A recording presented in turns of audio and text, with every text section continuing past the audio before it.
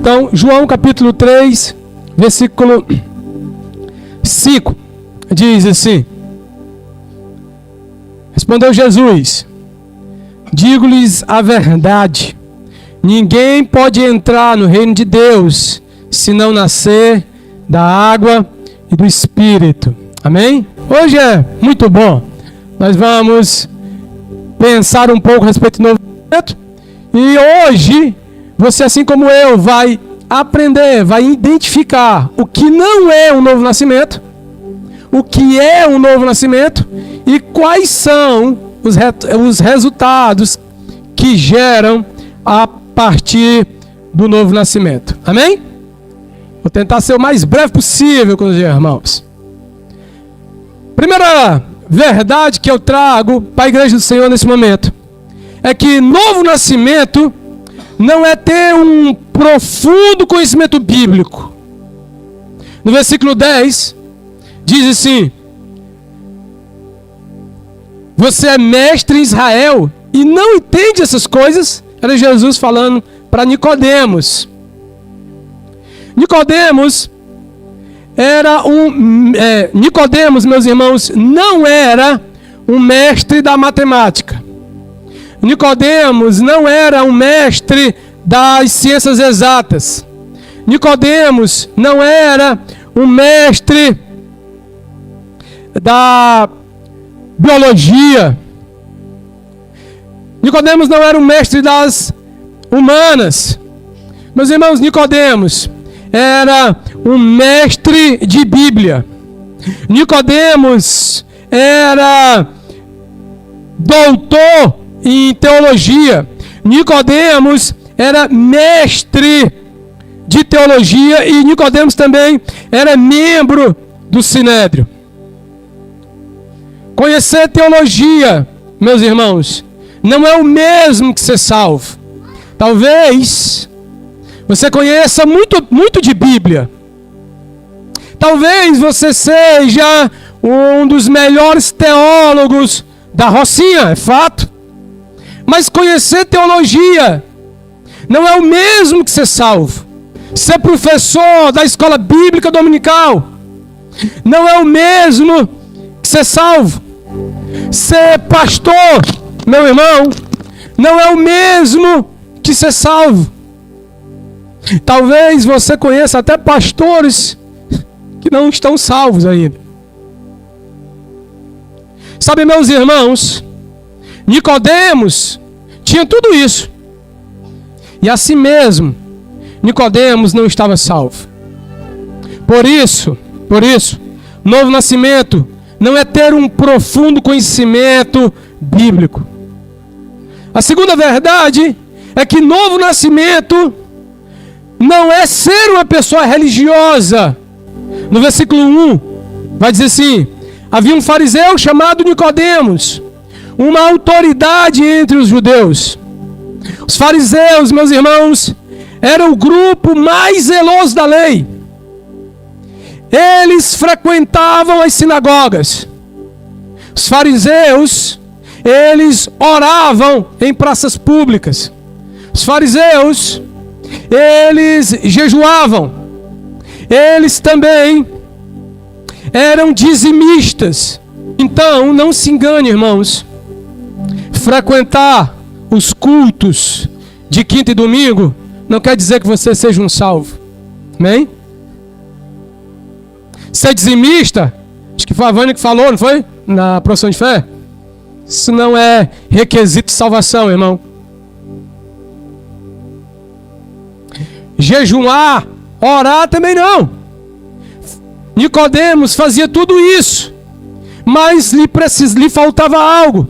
Ele precisava ser salvo. Ele precisava nascer de novo. A terceira coisa, a terceira verdade, meus irmãos, é que novo nascimento não é ter as informações certas de Jesus. Sabe, meus irmãos, tem muitas pessoas que têm as informações mais certas de Jesus. Nicodemos, ele tinha as informações certas a respeito de Jesus. No versículo 2, vai dizer assim: Isso é Nicodemos falando. Mestre, sabemos que ensinas da parte de Deus, pois ninguém pode realizar os sinais miraculosos que estás fazendo se Deus não estiver com ele. Nicodemos, meus irmãos, sabia de algumas informações certas a respeito de Jesus. E eu sei que eu e você conhecemos pessoas que sabem de informações certas a respeito de Jesus. Se você for aqui na primeira boca, se você sair aqui dessa igreja, você vai perguntar para qualquer vendedor de drogas aí na frente, e ele vai, com certeza, ter algumas informações certas a respeito de Jesus. Isso não quer dizer que ele seja salvo. Veja, Nicodemos tinha essas informações certas, não estava errado. A teologia de Nicodemos não estava errada. O que ele sabia a respeito de Jesus não estava errado. Veja, ele sabia que Jesus era mestre. Ele sabia. Ele reconheceu que Jesus era mestre. Ele fala rabi, mestre. Ele reconheceu que Jesus veio da parte de Deus. Então talvez você conheça alguém que até sabe que Jesus é filho de Deus. Se você perguntar ao seu vizinho, ao seu colega, ele vai saber que Jesus é filho de Deus. Nicodemos também reconheceu os milagres que Jesus havia feito. Ele sabia que os milagres que Jesus havia feito nunca havia se realizado antes de Jesus. Sabe, meu irmão, Jesus deu vista aos cegos. Jesus curou os enfermos, Jesus ressuscitou os mortos, Jesus fez os coxos andarem. E Nicodemos sabia e reconhecia que aqueles milagres, meus irmãos, só poderia ser realizado porque Deus estava com Jesus. Mas apenas ter as informações certas não é suficiente para levar ninguém para o céu. É preciso nascer de novo. Você pode ter as melhores informações. Você pode saber muita coisa. Você pode conhecer muito de Bíblia. Você pode ter estudado teologia com o melhor professor de teologia dos nossos tempos. Mas nós precisamos, meus irmãos, nascer de novo. Nós vimos aqui 3 coisas que não é o novo nascimento. Agora, o que é, então, pastor, um novo nascimento? Bem, o novo nascimento, meu irmão, é algo radicalmente novo. Novo nascimento é algo radicalmente novo. O versículo 3 diz assim: digo-lhes a verdade, ninguém pode ver o reino de Deus se não nascer de novo. Essa palavra, nascer de novo, no grego, significa nascer de cima, nascer do alto, nascer de Deus, nascer do Santo Espírito. Sabe, meu irmão, nascer de novo não é algo que o homem pode produzir. Deixa eu te falar uma coisa que talvez você não saiba. Você não pode se salvar por si mesmo. Você não pode acordar amanhã e dizer, sabe uma coisa? Resolvi ser salvo hoje. Eu me salvo em nome de Deus mesmo. Amém, graças a Deus. É impossível você fazer isso. Nós não conseguimos nos salvar por nós mesmos. E isso não é algo que o homem pode produzir. Também não é algo que a igreja possa realizar, meus irmãos. Mas sim é algo do céu. É algo sobrenatural. Nascer de novo, meu irmão, é algo sobrenatural. E aqueles que passaram pelas águas do batismo sabem exatamente do que eu estou falando. É algo sobrenatural. É algo que vem de Deus. É algo que vem dos céus. É algo que vem do Santo Espírito de Deus. É a certeza.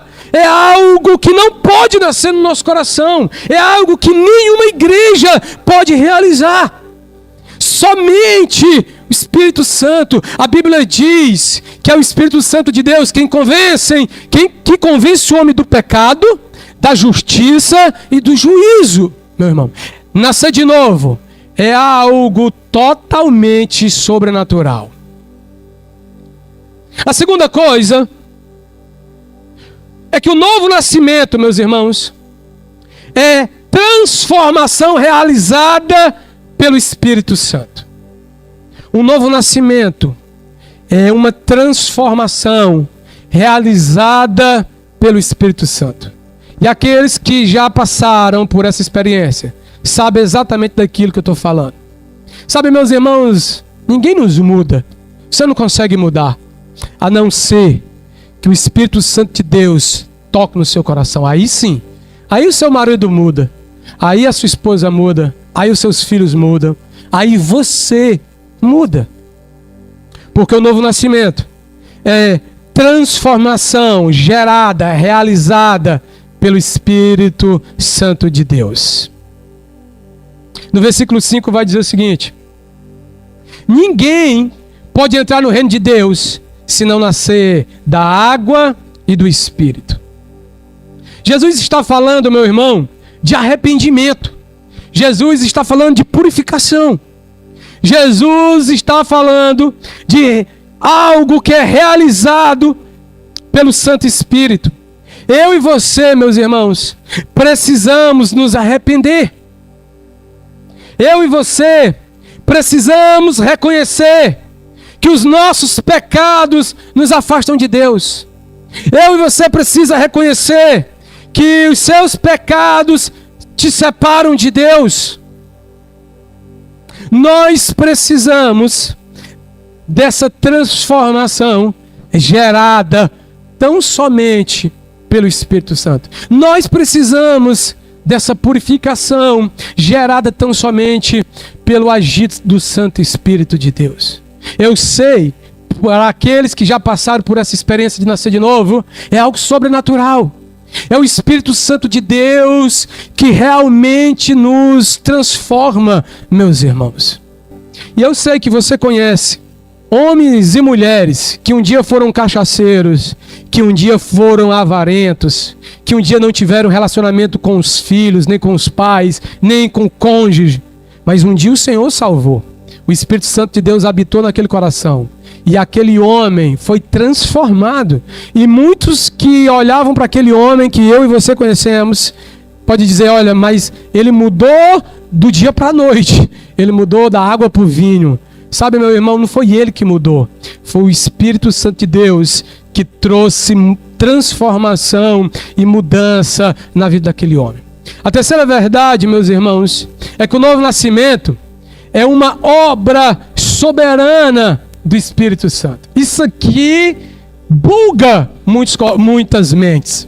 No versículo 8 vai dizer assim: o vento sopra onde quer, você o escuta, mas não pode dizer de onde vem, nem para onde vai. Assim acontece com todos os nascidos do Espírito. Nós devemos entender que o Espírito Santo que opera o novo nascimento é livre. Ele sopra aonde quer. Quantas vezes nós não olhamos para algumas pessoas e pensamos, esse daí não tem mais jeito. Esse daí faz só Jesus na causa. O meu marido, não, esse daí não tem mais jeito não. Os meus filhos, esse daí não tem mais jeito não. E eu estou sendo aqui delicado. Porque nós podemos olhar para aquele traficante que está ali, depois da nossa porta da nossa igreja, nós podemos dizer assim, aquele dali já está condenado. Aquele dali não tem salvação mais não. Aquele dali já se perdeu, meus irmãos. Mas sabe o que acontece? O que aconteceu na minha vida e na sua vida? De repente, o Espírito Santo sopra aonde ele quer. De repente, o Espírito Santo sopra sobre a vida daquela pessoa. E os ossos secos começam a tomar forma e se transforma em um poderoso exército. Glória a Deus.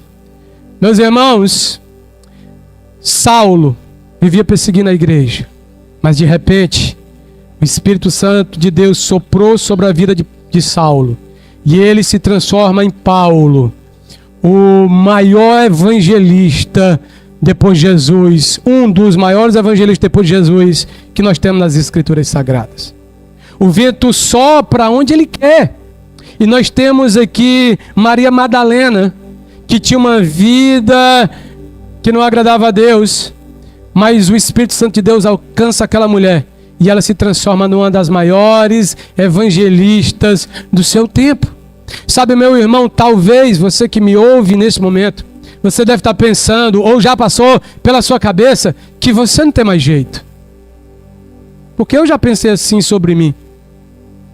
Já pensei que eu não tinha jeito. E realmente, por mim mesmo, eu não tinha. Talvez você esteja pensando a mesma coisa. Você não tem mais jeito. Ou então você deve estar pensando que aquele fulano, aquela ciclana, não tem mais jeito. Mas, meu irmão, quando o Espírito Santo de Deus sopra, e ele sopra onde ele quer, meu irmão, há vida transformada para a glória de Deus. Amém? Você poderia estar, como diz aquela canção, em outro lugar, mas a glória de Deus te atraiu para que você estivesse exatamente aonde Deus queria que você estivesse no dia de hoje. Você não é um acaso do destino. Sabe, meu irmão, você não é algo acabado.